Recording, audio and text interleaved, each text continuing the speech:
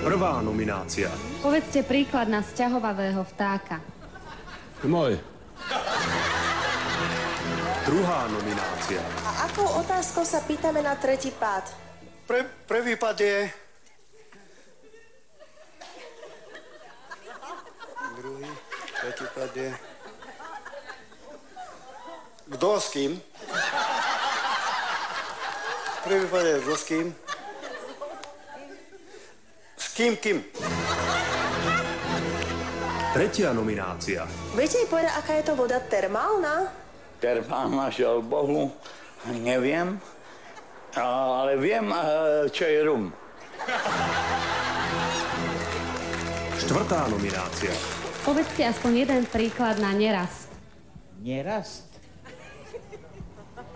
Príklad nerast.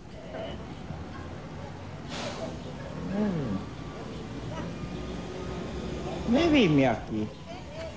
Nerast. Co ja vím? Ja vyprávam, hen malé vňučke si krpatá nerosteš. Piatá nominácia. Ako sa volá mláďa kobily? Mláďa kobily? Tela? Mláďa kobily sa volá... Ja si myslím...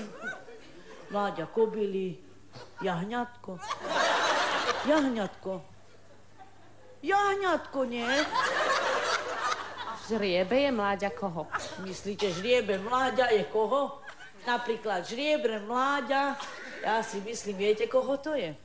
Žriebatko malé, keď porodí tela, tak koho je to?